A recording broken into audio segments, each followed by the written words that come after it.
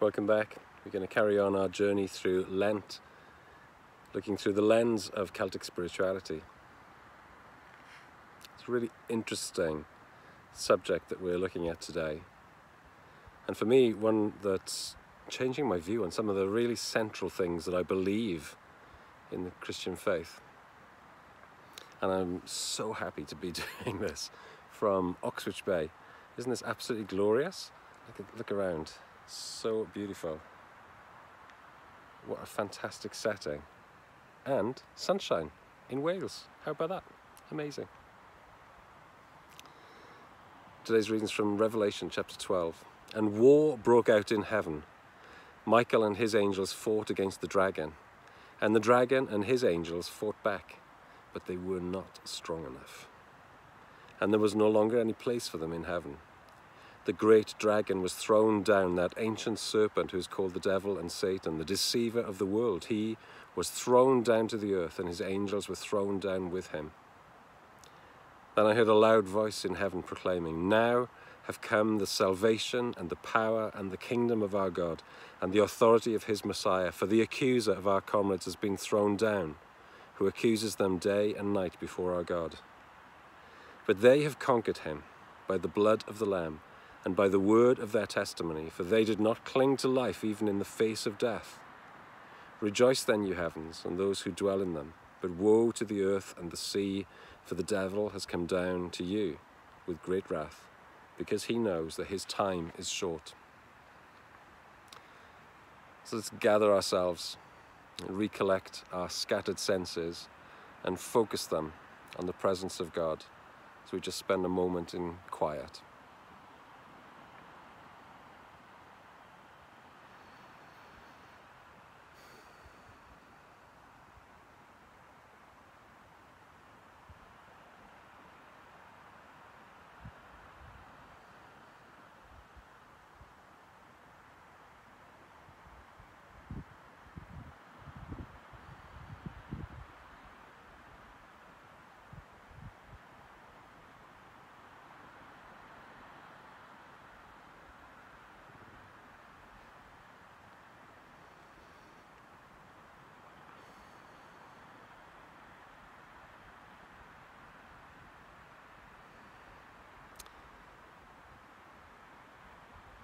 Father, I don't think there's anything in nature that reminds me so much of the cycles of the earth and the cycles of our lives than the sound of the ocean coming in and out and in and out and in and out with ebb and flow, with wave after wave.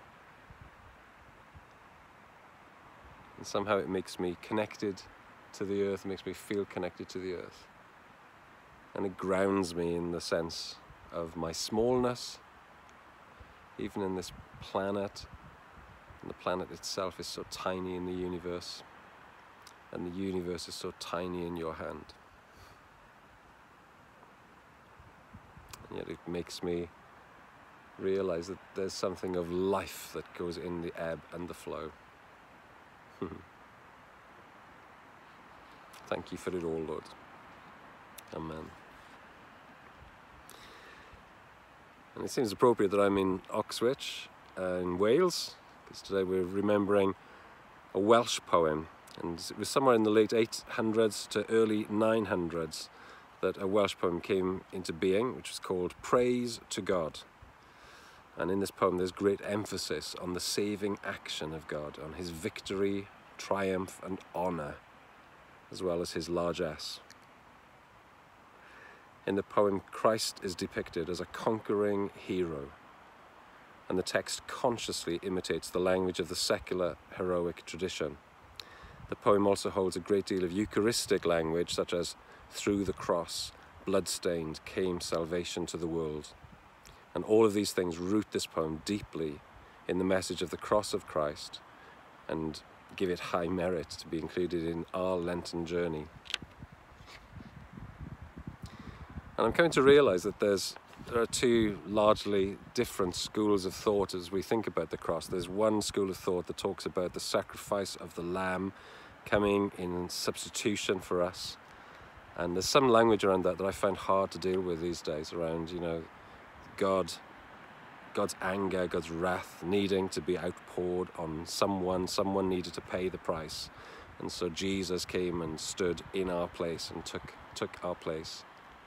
And then there's another whole world of thinking about what happened at the cross, where it wasn't so much God venting his anger and making somebody pay the price, but it's more to do with the enemy and the foe who would be standing against us being overcome and overthrown by the power of the cross. And to be honest, there's language in that I feel much more comfortable with. And it's incredibly freeing to think that that's the power of the cross. The power of the cross is this freedom from death and freedom from sin and freedom from the power of the enemy. And in honesty, I'm still grappling with all of that. And there's probably truth in both camps.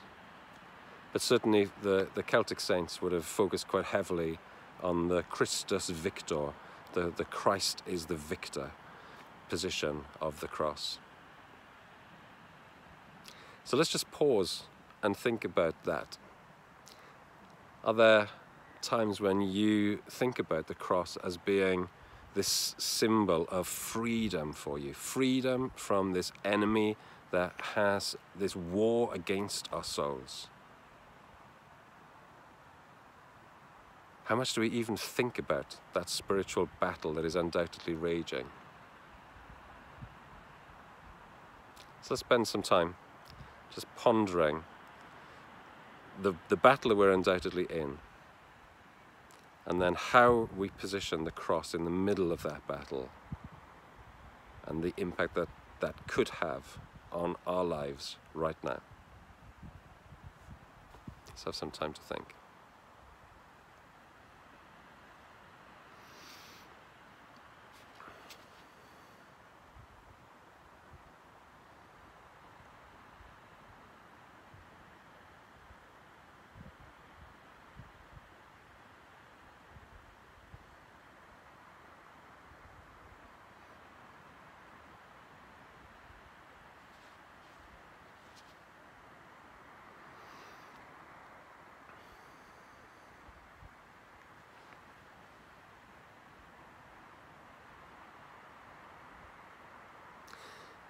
Lord, I'm conscious that there's potential conflict between those two thoughts that I just shared, but somewhere in the middle of it all, I love the story of the cross, because it is about redemption. It is about coming for us, to identify with us, to free us, to reconcile us back to yourself. We created this gaping hole between us and you come just like us, to live like us, to feel our pain, to feel our death, and then to entirely free us from the power that was ensnaring us and entangling us. And whichever side of that story we land, or whether it's somewhere in the blend of the middle, the story is amazing. So we say thank you once again. Help us to live in the light of the power of the cross. Help us to be free from the battle that rages over our souls. Help us to be free from the snares that would try to get into us and try to hold us back from all that you have for us. Help us to live fully and freely and lightly. Amen. Amen. Just loving this moment. See you tomorrow.